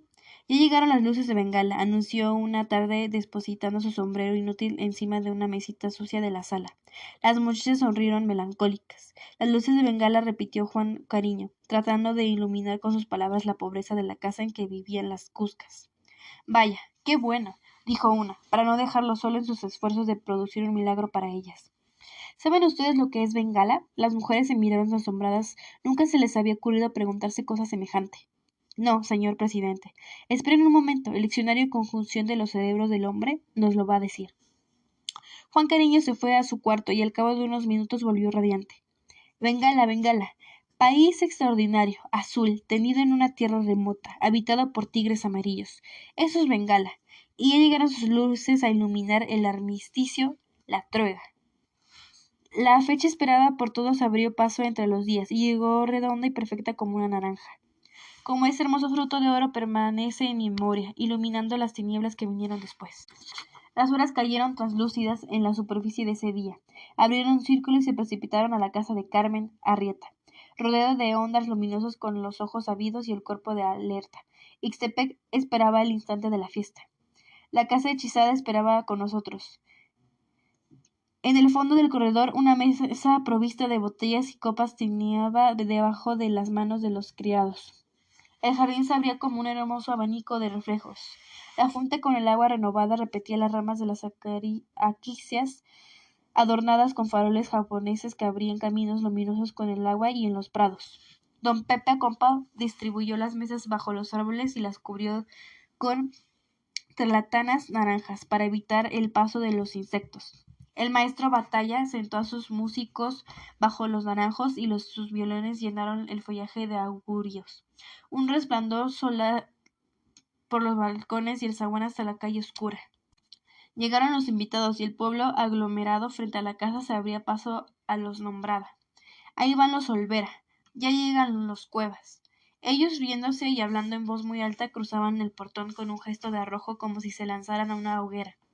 Los pobres montoncitos de basura, como los llamaba Dorotea, se comentaban con la generosidad de los balcones abiertos y ansiosos recogían los pedazos de la fiesta. Isabel está de rojo, doña Carmen tiene un abanico de plumas blancas, anunciaba otro desde un balcón. A las 9 de la noche salió de la casa la comisión de señoritas encargadas de ir hasta la puerta del Hotel Jardín a recoger al general y a sus asistentes. Las vimos irse. Ya vienen con ellos, y nos precipitábamos. Ya vienen. Nos abrimos para dar paso al invitado del honor. El general Francisco Rosa saltó silencioso con el sombrero tejano echado para atrás, las botas muy brillantes, el pantalón y la camisola militar de gabardina clara. Apareció entre nosotros rodeado de las 3 jóvenes, y entró en el zaguán de los Arrieta. Lo vimos como si fuera la primera vez que lo viéramos. Venía seguido de su estado mayor. Reconocimos a Justo Corona, al capitán Flores y al capitán Pardiñas, nativo de Cocula, con los ojos muy negros, que miraban hacia todas partes como abanicos. El teniente coronel Cruz no estaba en el grupo. Con ellos entró a la fiesta un aire de frescura, un olor a crema de afeitar, a loción y a tabaco dulce. De pie inmóviles esperaron con el umbral la aparición de la dueña de la casa, que salió trémula a recibirlos. El general se descubrió despacio, esbozó una sonrisa que parecía de burla y se inclinó respetuoso ante su huésped. Su asistente lo imitaron, y el grupo avanzó por el corredor iluminado, saludando a los invitados con breves inclinaciones de cabeza. Los huéspedes de doña Carmen recibían el saludo como una gracia. Don Pepe Campo corrió a hablar con el maestro Batalla, que desde el fondo del jardín contemplaba asombrado el paso de la comitiva. Y entonces estalló la diana. La memoria es traidora y a veces nos invierte el orden de los hechos, o nos lleva a una bahía oscura en donde no sucede nada. No recuerdo lo que ocurrió después de la entrada de los militares. Solo veo al general de pie, apoyado sobre una pierna. Lo oigo dando las gracias en voz baja. Luego lo veo bailar 3 veces, una con cada una de las señoritas que había ido a buscarla. Veo la mirada de Isabel muy cerca de su pecho, y como se quedó absorta cuando Rosas la llevó a su lugar y antes de alejarse le hizo una reverencia. Veo Conchita sin alcanzar el compás de la música y ofreciendo excusas que le aceptaban con benevolencia. Luego a Micaela hablando frente a la sonrisa indulgente de su pareja. Y a él solo otra vez, sumando con sus hombres en aquel ángulo del corredor. A su lado la fiesta giraba haciendo y deshaciendo parejas. Isabel solitaria se refugió cerca de un pilar y ocupó una silla bajo las guías de la bugambilia. Distraída, arrancaba racimos de flores y las rompía con los dientes. Tomás Segovia se inclinó ante ella. La joven lo miró sin verlo. Le molestaba la pretendida belleza de aquel hombre pequeño, de cabellos rizados y facciones delicadas como las de una mujer. ¿Bailas, Isabelita? No. Tomás Segovia no se inmutó ante la negativa. Acercó una silla y complacido se sentó al lado de su amiga. Después de unos instantes buscó un papel en uno de sus bolsillos y lo tendió a Isabel, que lo cogió interrogante. Mi último poema está dedicado a ti. El joven boticario seguía entregando a fabricar versos. Su amor a la poesía era invariable. Isabel leyó el poema con desgano. ¿Esa soy yo? Sí, criatura divina, afirmó Segovia, parpadeando para dar mayor énfasis a sus palabras. ¿Qué más da que sea ella o cualquier otra? Amo a un ser insensible a la poesía, sí, a la poesía, con mayúscula, se dijo Segovia con tristeza. ¿Cuál pluma en los confines del olvido? Leyó Isabel, interrumpiéndole en sus pensamientos, y la joven lanzó una carcajada que atravesó la fiesta e hizo que su padre la mirara sobresaltado. Tomás no se ofendió por el comentario alegre de su amiga. Su risa le sirvió para elaborar una teoría complicada sobre el arte maléfico de la coquetería. Isabel lo dejó hablar. Descorazonado por el silencio de su amada, Segovia se alejó de ella para refugiarse junto a un pilar vecino desde donde podía observar a la joven. Le gustaban los amores imposibles, le dejaban el gusto exquisito del fracaso. Isabel se quedó sola otra vez. Entregada a sus pensamientos poco halagüeños, su padre se le acercó. ¿Por qué no bailas con Tomás? No me gustan los poetas, no piensan sino en ellos mismos. ¿Quién va a querer oírlo hoy? Por eso debiste bailar con él, porque no dices sino tonterías, así dejarías de pensar en lo que piensas. Don Martín se volvió y vio si alguien lo escuchaba. Luego se inclinó galante ante su hija y la invitó a bailar. Los dos pasaron girando junto al general que, rodeado de sus íntimos, seguía en su actitud de reserva. ¿No quería o no podía mezclarse con otros? Parecía distinto de todos. Al verlo tan quieto con esa pena en los ojos, ¿quién hubiera dicho que era el organizador de la persecución que sufríamos? Debía de ser muy joven, tal vez no llegaba a los 30 años. Una sonrisa flotaba en sus labios. Parecía sonreírse de sí mismo. La madre de Isabel se acercó. Soy de los Cuetara, ¿los recuerda? Su apellido decía que también ella era del norte. Sí, señora, los recuerdo. Eran mis hermanos, aclaró la señora. El general la miró, como si tendiera a aquella perdida. Sí, murieron. Bueno, se murieron antes, dijo el modo de pésame. ¿Antes? Indagó la señora. Antes de los que estamos aquí presentes, agregó el general, dando por terminado el diálogo. A las 10 de la noche los invitados ocuparon las mesas distribuidas en el jardín. Tomás Segovia, encargado de ofrecerse la fiesta, pronunció un discurso en el que abundaron las citas latinas. El orador dirigió elogios, miradas elocuentes al general. Al fin podía hablar con un lenguaje patricio. Rosas escuchó las alabanzas con la misma indiferencia con la que recibió siempre todo lo que viniera de nosotros. Isabel, sentada a su izquierda, miraba las manos del general, abandonadas sobre el mantel, y seguía quieta, ofendida por su lejanía. Después de la cena el baile se reanudó y el general taciturno volvió a su puesto, cerca del ángulo que formaba el corredor. Justo Corona se reunió con él y ambos sostuvieron un diálogo en voz baja. Isabel no los perdía de vista. Vio cuando Corona hizo una seña de Pardiñas que bailaba alegremente, y como éste detuvo el baile se dirigió a los demás oficiales. Los militares se agruparon en torno al general, que miraba a cada instante a la hora en su reloj pulsera. Isabel, muy pálida, fue en busca de la dueña de la casa. ¿Quién sabe qué pasa? Susurró la joven al oído de doña Carmen. La señora se sobresaltó y miró acongojada hacia el grupo de militares. Estos, que parecían dispuestos a abandonar la fiesta, recogían sus sombreros y la buscaban con los ojos. ¿Qué hacemos, niña? Preguntó asustada la señora. Deténgalo, suplicó Isabel. Doña Carmen se precipitó hacia los militares para impedirles el paso. ¿Por qué tan temprano, general? El deber, señora. No, no. Si no me he bebido nada. Vengan nada más que una copita. El general Francisco Rosas la miró con frialdad. Los invitados dejaron de bailar y contemplaron asombrados al grupo que forcejeaba por irse, y la anfitriona que insistía en que se quedaran todavía un rato. ¿Ya se van? Se preguntaban descantanados. ¿Por qué? Ana Moncada, extrañamente pálida, se acercó a su marido. Calma, no ha pasado nada, le dijo éste aparentando serenidad.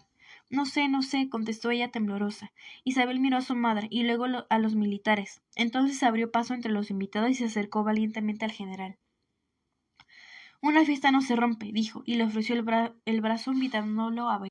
Francisco Rosas la miró sorprendido, entregó su sombrero a Corona y tomó a la joven por el talle.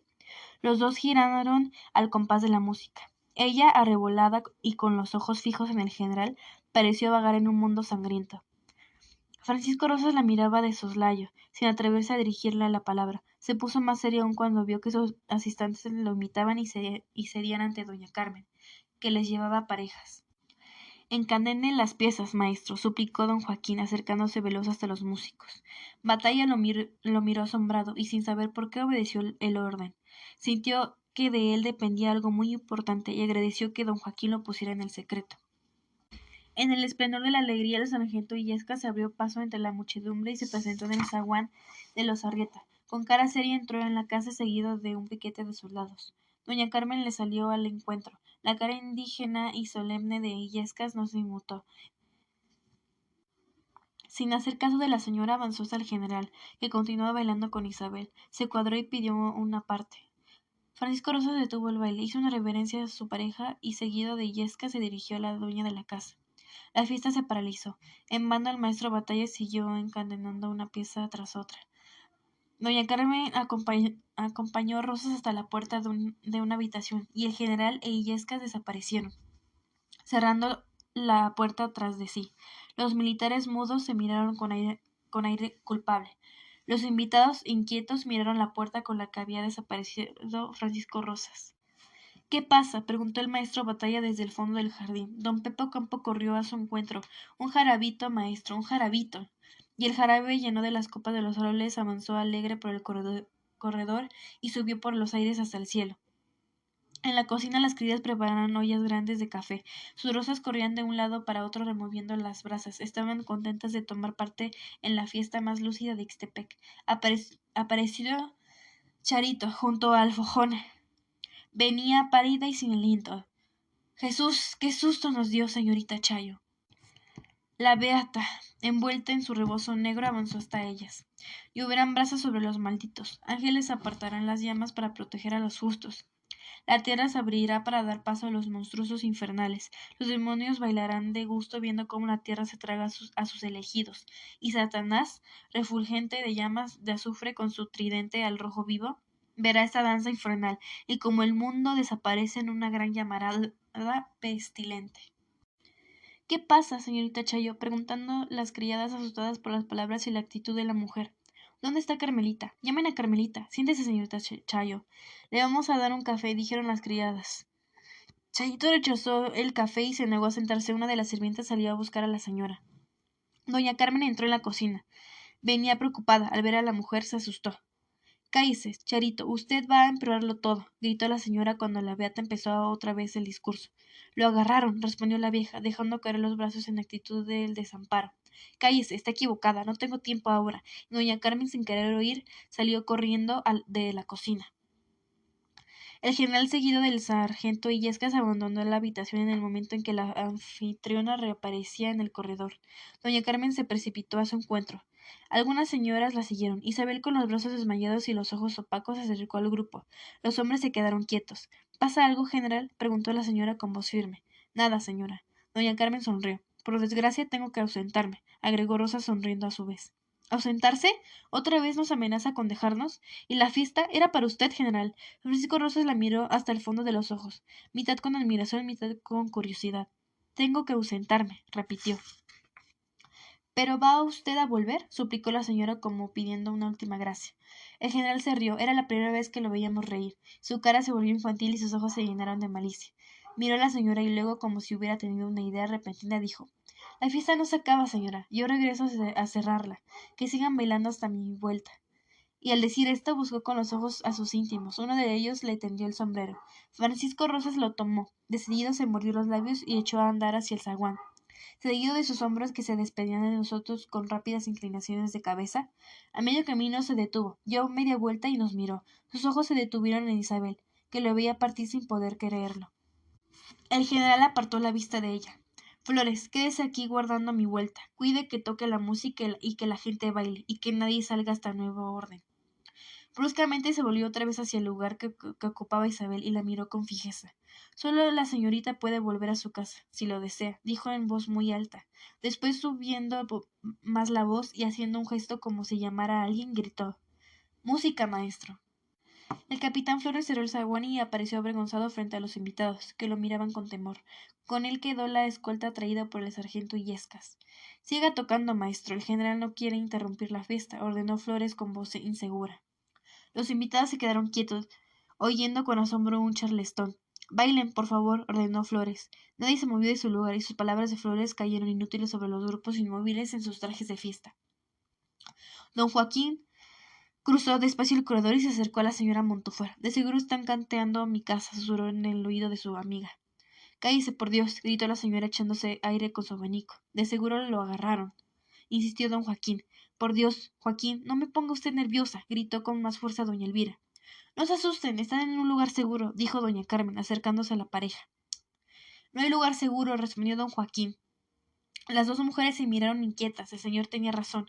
Es cierto, pero hay que actuar como si lo hubiera, repuso doña Carmen. Les dije muchas veces que esto era una locura, que buscáramos otra solución, reprochó el señor. ¿Otra solución? ¿Otra solución? La señora Montufaro pareció muy ofendida. La dueña de la casa agachó la cabeza sin hacer caso de las protestas de su amiga. La música desarticulaba las palabras y los gestos de doña Elvira. ¡Qué desastre, qué desastre! Hay que bailar. Y doña Carmen abandonó a sus amigos para ir en busca de su marido.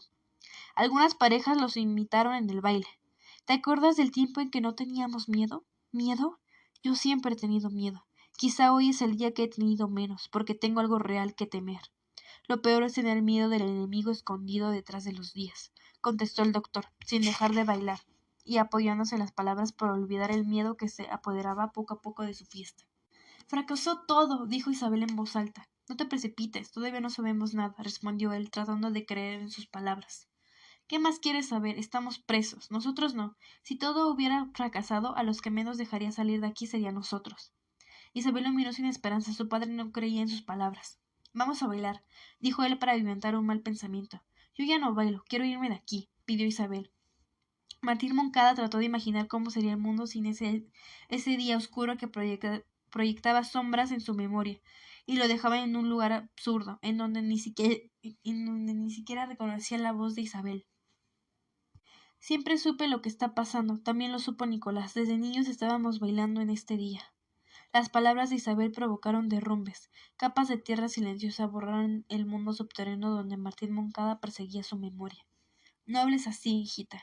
Recordó dónde estaba y recordó a Juan y a Nicolás. Una lluvia de siglos se desplomó sobre la fiesta de Ixtepec.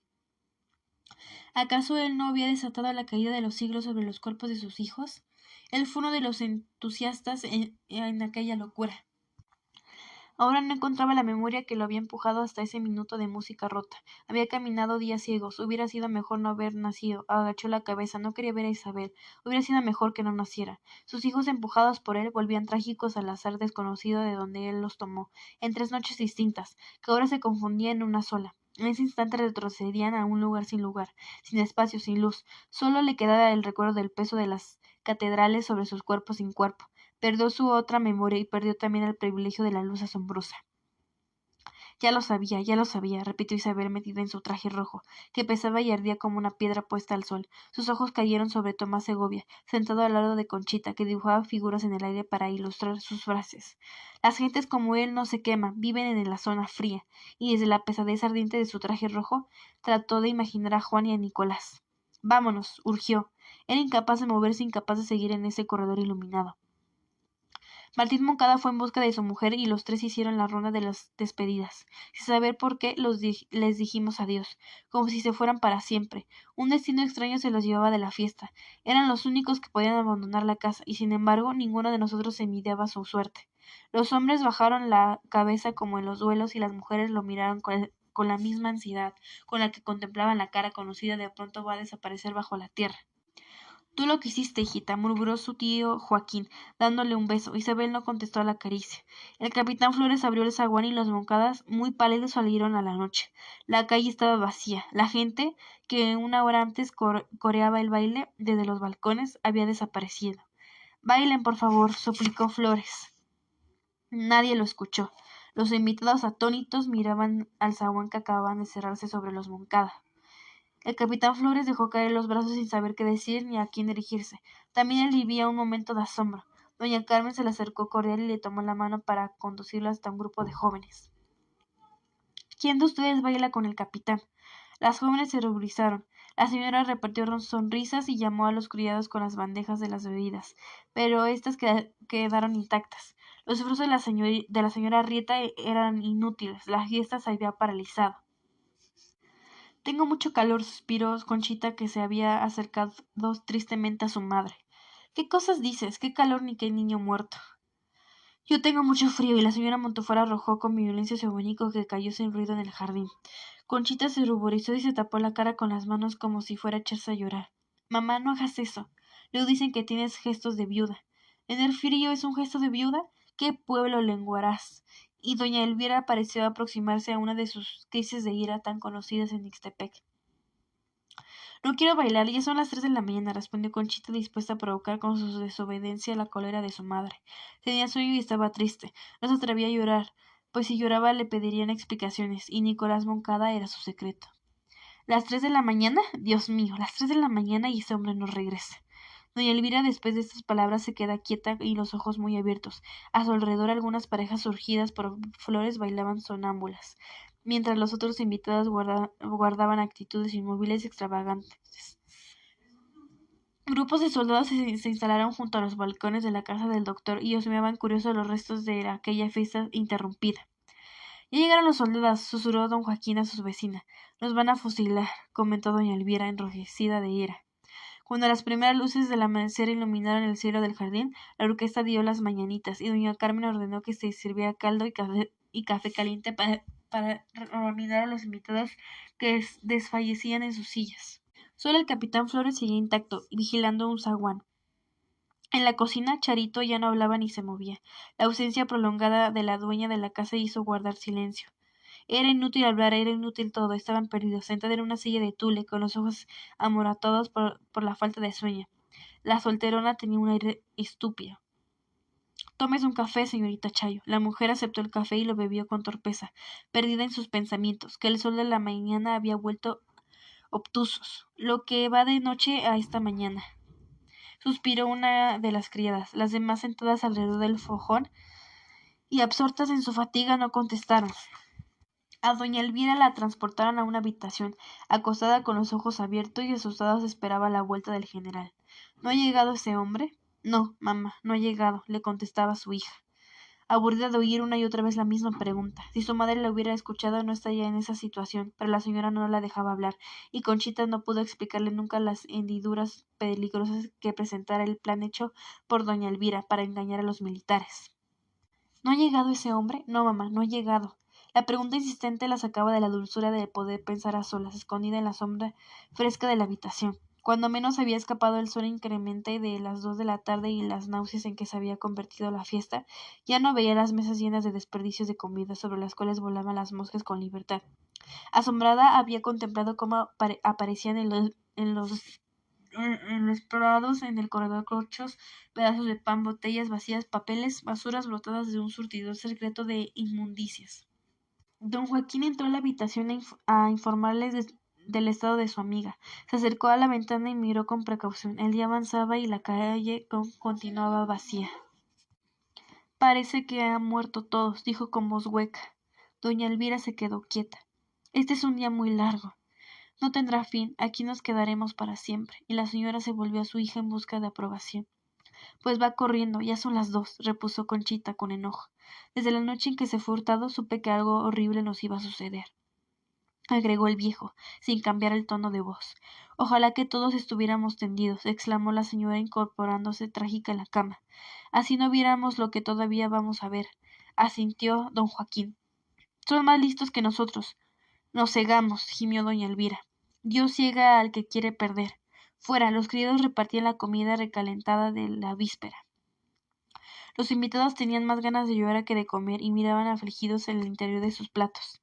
El maestro Batalla arrojó el suyo contra un árbol y se dirigió decididamente al capitán Flores. Señor capitán, esto es un atropello. Debo irme a mi casa. Mire qué cara tienen mis muchachos. Algunos invitados se unieron a la protesta. Durante unos minutos pareció que todos se amotinaban. Son órdenes, repetía Flores. El miedo los hizo enmudecer y la orquesta intentó una marcha que fue interrumpida por el desmayo de una violinista. El incidente provocó gran alboroto, los hombres se precipitaron al jardín, las mujeres lanzaron gritos de horror. Ya murió el primero de nosotros, gritó la señora. El jardín se incendiaba en el resplandor seco de las 4 de la tarde. El tiempo no avanzaba y las montañas que guardan el sol desaparecieron del horizonte. Derrumbados en las sillas, calcinados y sin esperanzas, abordábamos los criados, descalzos y con los labios resecos, ofreciendo refrescos de colores. Nosotros los dejábamos pasar. Tomás Segovia vomitó con violencia y nadie se acercó a socorrerlo. Él siguió sentado en la misma silla, como si estuviera en su lecho de muerte, ya lejos de todo pudor y conveniencia. Separado con brutalidad de su mundo de rimas y de sílabas, se desentendió de lo que había hecho y con la cabeza inclinada sobre un hombre, dormitó largo rato sin inquietarse por su lugar y sus ropas manchadas. De pie, junto a un pilar, el capitán Flores lo observaba, como quien observa un muñeco roto. El doctor Arrieta se acercó al militar. ¿Cuándo vas a terminar esta burla? Dijo roto de ira. El capitán Flores pareció mortificarse y escondió los ojos. No sé nada. Yo solo recibo órdenes. ¿Órdenes? ¿Órdenes? ¿Qué quiere usted que haga? Gimió Flores. El médico pareció reflexionar. Luego miró al oficial con curiosidad y le ofreció un cigarrillo. Nada. Y los dos hombres charlaron de política junto al pilar de cal brillante, olvidados de la presencia de los demás. Doña Carmen se asomó al balcón para ver el final de aquel día muerto dentro de aquel pueblo muerto. Nada, nadie. La señora entró a su casa a ordenar que se encendieran las lámparas y los quinqués. Maestro, algo alegre, ordenó Flores, consternado. El maestro Batalla no se movió ni respondió a la orden del militar. Don Pepe Ocampo apoyó al capitán. Maestro, haga el favor, por el bien de todos. El maestro lo miró con rencor y don Pepe se sintió extranjero entre los civiles. Se alejó de la orquesta y trató de poner orden en su camisa de seda sucia y su corbata arrugada. La noche avanzaba despacio, el agua de la fuente estaba negra y sin reflejos. Las ramas de los árboles crecieron y ocultaron los cielos. Las cucharadas volaban alrededor de los candelabros encendidos y los ojos de los invitados, ensimismados en la fatiga, no parecían notar su presencia. De cuando en cuando se oía la voz de la señora Montufar que preguntaba en tonos cada vez más altos: ¿No ha llegado ese hombre? Su pregunta venía de un mundo en el que todavía contaban las acciones y existía la esperanza. Molestos, los invitados escuchaban su grito, que rompía la armonía del silencio. Ellos se habían entregado al abandono. El hombre acepta la violencia con la misma presteza que acepta la quietud, y la fiesta de Carmen Arrieta aceptaba morir. Unos golpes de aldabón no los resucitaron de las sillas en que yacían. Tal vez Elvira Montufar tenía razón y todavía sucedían cosas en el mundo. Pero, ¿en qué mundo? ¿Y a quién le interesaba ya esas cosas? Solo el capitán Flores, que se precipitó a abrir el zaguán. Francisco Rosas, seguido por sus hombres, entró por segunda vez en la casa del doctor Arrieta. Nadie salió a recibirlo, y los ojos malicentos lo vieron pasar como si no lo vieran. Ya no importaba su llegada. Las mujeres se dejaron mirar, sin llevarse ni siquiera una mano a sus cabellos desgreñados. Los hombres, convencidos de la inutilidad de cualquier gesto, se quedaron quietos. Asombrado, Francisco Rosas contempló el espectáculo. Él y sus hombres lucían frescos y limpios. El mismo olor a loción y a tabaco suave los envolvía, y solo los ojos hinchados acusaban su desvelo. El general apenas si contestó al saludo de Flores. Parecía indeciso frente a aquellas gentes rotas. Doña Carmen salió a recibirlo. ¿Cómo se tardó, general? Pero ya ve, aquí nos tiene a todos esperándolo, tal vez como usted lo deseaba. Y dibujó una sonrisa. El general la miró con ironía. Lo siento, señora, no pude volver antes, usted lo sabe. El doctor se acercó a su mujer y saludó al militar con una inclinación de cabeza. Doctor, tendré el gusto de que usted me acompañe. El doctor Arrieta no contestó, su cara pálida se puso aún más pálida. También la señora, agregó Rosas, sin mirar a doña Carmen. ¿Debo llevar algo? Preguntó ella con inocencia. Lo que usted guste, señora. Un grave silencio acogió sus palabras. Algunos de los invitados se pusieron de pie y se acercaron con cautela al grupo formado por el matrimonio y el general Francisco Rosas. Mis hombres van a registrar la casa. Nadie contestó. Rosas hizo una señal al coronel, y éste, acompañado de 4 soldados, se internó en las habitaciones. Se oyó revolver armarios, mover muebles, vaciar cajones. La voz de Corona llegaba áspera, dando órdenes el doctor y su mujer oían cómo los militares penetraban en su intimidad, y un sudor fino iba marcando sus frentes. El general llamó a don Joaquín y éste acudió con aire inocente. Dígame, señor, ¿piensa usted incorporarse al ejército? Mi general, ¿qué cosas dice? Usted me conoce de sobra y a mi edad, si fuera más joven. Agárrelo, cortó Rosas. El capitán Pardiñas cogió al viejo por los hombros y lo colocó entre los soldados. Don Joaquín nos miró a todos con ojos náufragos e hizo algo inesperado. Sacó su pañuelo y se puso a llorar. Doña Matilde trató de acercarse a su marido, pero Pardiñas la detuvo. Cuidado, señora, mi coronel se lo advirtió a tiempo, y usted sea más hombre para perder. Don Joaquín movió la cabeza y trató de decir algo, pero los sollozos no lo dejaban hablar. Nosotros esperábamos su frase. Lloró de vergüenza por ustedes, les dijo los militares en la mitad de su sollozo. Francisco Rosa se mordió los labios y le dio la espalda. Que me traigan a la beata que entró anoche unos minutos antes que el sargento Illescas. Doña Carmen miró al general con odio. Lo sabía todo. Se había burlado de ellos y los había cogido en su propia trampa. En el fondo del corredor oscuro apareció Charito. Envuelta en su rebozo negro, avanzó en línea recta, sin preocuparse en las sillas en desorden ni de las miradas de los invitados. Rosas la observó venir, la dio la cabeza y sin quitar los ojos de la mujer le dio su ayudante. Cuidado, Pardiñas, que viene armada. La beata, como si lo hubiera oído, dejó caer los brazos y se acercó al general. Aquí está la beata, dijo con suavidad. Los soldados la sujetaron por los hombros y la colocaron junto a don Joaquín. Usted estuvo en el alboroto de anoche, le dijo Francisco Rosas. El coronel salió de las habitaciones. Traía muchos papeles, los mismos que aparecían pegados en las puertas y ventanas con la divisa: Viva, viva Cristo Rey. Los soldados traían además rifles y pistolas. Doña Carmen y el doctor lo miraron asombrados, como si ignoraran que en su casa se guardaban esos cuarteles y esas armas. Encontramos esto en el cuarto de la señora. Mi general, lleven las pruebas a la comandancia, contestó Rosas con simpleza. Luego agregó cambiando el tono de voz. En el nombre del gobierno de México quedan detenidos los señores Arístedes Arrieta, Carmen B. Arrieta, Joaquín Meléndez y Rosario Cuellar. Los aquí citados están acusados de rebelión. Coronel Corona, conduzca usted a los detenidos a la prisión militar. El doctor, su mujer Charito y don Joaquín, con las manos atadas a la espalda, fueron colocados en medio de un piquete de soldados. Después el general pidió la lista completa de los invitados y levantó un acta que firmaron todos. Pueden ustedes retirarse a sus casas y permanecer en ellas hasta que nueva orden. Nadie se movió, estábamos hipnotizados. El general quiso alegrarse y gritó a Batalla con voz despreocupada. Echen música, maestro. El maestro Batalla no dio señales de vida. Échenos un Ave María. Batalla se acercó refunfuñando. Pero mi general, ¿cómo quiere usted? ¿Usted también me salió cristero? Batalla huyó al fondo del jardín oscuro. Muchachos, el Ave María. Adiós, corazones, gritó el general Francisco Rosas. Y en medio de los acordes del Ave María, dio media vuelta y salí de la casa del doctor Arrieta. La escolta, conduciendo a los prisioneros, los siguió. Los invitados, con los ojos bajos, no quisieron mirarlos. Por el zaguán abierto de par en par, los invitados se deslizaron sin ruido y sin palabras en la noche. Lo recibieron el silencio y la oscuridad de mis calles. A paso solo encontraban centinelas patrullando Ixtepec. ¿Quién vive? Nosotros. Déjalos con los invitados. Doña Matilde salió sola. Al entrar a la noche se recordó a sí misma buscando al sacristán y sintió que por segunda vez entraba en el mundo irreal del crimen. Quería ir deprisa, llegar a su habitación y escapar del peligro que la esperaba entre las sombras. Al cabo de un rato, Tefa entreabrió el portón. Señora, y la criada soltó el llanto. Doña Matilde avanzó por los caminos seguros de su casa.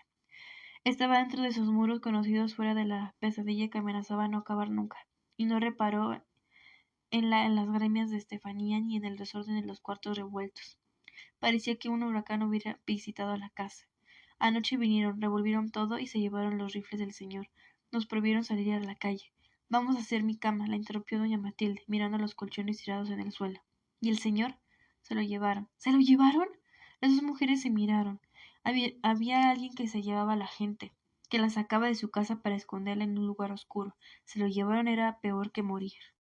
No sabemos qué pasó con Dorotea. Anoche oímos balazos. Ella no ha dicho nada. Nosotros no nos hemos movido. Después que se fueron de aquí, los soldados oímos la balacera en la casa de Dorotea. Llámenla por la barda, ordenó con fatiga la señora. Sobrecogidos por el silencio, Estefanía y Cástulo fueron a buscar una escalera, la recargaron contra el muro y empezaron a escalarla para ver lo que sucedía del otro lado. Apenas Cástulo había asomado la cabeza, una voz alarmada gritó: ¿Quién vive? Hombre de buena ley, contestó Cástulo agachándose con rapidez. ¿Qué quiere? Preguntó la voz. Saber qué pasó con Dorotea. ¿Qué ha de pasar? Ahí está, tirada en el zaguán, con hartas moscas en la cara, le respondieron. Caray, déjenme ir a amortajarla. No hay órdenes, la única orden que tenemos es la de apresar a todos los que entran en la casa. A ningún cristiano se le deja espantado viendo las cosas que ya no le tocan, respondió Cástulo, asomando la cabeza por la barda. No se enoje, ahora vamos a cerrarle los ojos. Luego, desde más lejos, la voz agrandada por la bóveda del salón gritó: Ya no se puede, está bien tiesa. Tefa se persignó y fue a buscar una sábana para que sirviera de sudaría a Dorotea. Cástulo lanzó la perna del otro lado del jardín. Ahí va el sudario. Récenle. Era una vieja ladina, para que escondió el sacristán. Solo Dios puede juzgarla. Muy cierto, porque no se van a pedir el permiso para enterrarla.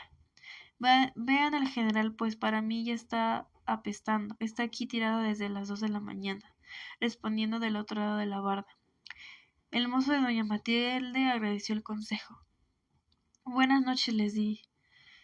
Buenas noches, señor, le contestaron con cortesía. Cástulo, antes de avisar a la señora, se fue a la cocina, seguido de Estefanía. Busquen en mi cuarto los rollos de papel de China para hacer las guirnaldas y las banderinas. Ya vuelvo, sí, Dios quiere. El coro de sirvientes permaneció atonado como si no hubiera escuchado sus palabras. En estos días Dios no quiere nada, y las desgracias cansan, murmuró Ignacio, el jefe de la paila grande, al mismo tiempo que se ponía de pie para ir a cumplir con el cargo. Cástulo salió de la cocina y se dirigió al cuarto de la señora para darle la noticia. Entró de puntillas, temeroso de asustarla. Doña Matilde no se movió de su sillón. En voz baja el hombre anunció la muerte de Dorotea, y la señora, sin mostrar sorpresa, le ordenó que fuera a la comandancia militar a pedir el permiso para levantar el cuerpo de su amiga. Si al amanecer no has vuelto, veremos qué hacemos por ti. A estas horas vale más la vida de un alacrán que la de un cristiano, respondió el hombre. Así es, asintió Tefa y se acurrucó a los pies de su amada. Cástulo tenía miedo de salir a la oscuridad de la calle y encontrarse a esas soledades. Se veía que la casa estaba patrullada y que los soldados no tendrían ninguna consideración con él. Cualquier palabra, el menor movimiento sospechoso le costaría la vida. Cegado por las sombras, dio los primeros pasos en la noche. Una mano lo agarró por un hombro. ¿A dónde va? A la comandancia, señor. Echa a andar. Seguido por 2 hombres, llegó hasta el curato. Encontró gran actividad. El patio estaba iluminado por una multitud de mechadores de petróleo. Grupos de oficiales entraban y salían, hablaban y reían con alborozo. Lo llevaron a una oficina y lo pusieron delante de 2 oficiales que escribían a máquina. Cástulo bajó los ojos sin atreverse a formular su demanda. El soldado que lo acompañaba explicó su caso. Espere, le dijeron con sequedad. Yo quisiera saber, empezó el mozo de doña Matilde. Espere, el coronel está interrogando a Juan Cariño. Al oír el nombre del loco quiso preguntar algo, pero reflexionó y guardó silencio. Le digo que espere, volvió a gritar el oficial. Eso estoy haciendo, señor. Pues quíteseme de enfrente. Turbado buscó un lugar menos visible, como el cuarto pequeño para poder pasar inadvertido. Se pegó a una pared, en el rincón que le pareció más alejado de los militares, y de pie con su sombrero de petate en las manos y los ojos bajos esperó. Cástulo, avergonzado, se miraba a los pies. No podía irse sin tener una respuesta y no podía evitar oír las palabras que lo mortificaban. Le parecía estar sorprendido, secretos que no le pertenecían, y con delicadeza trataba de no escuchar la conversación.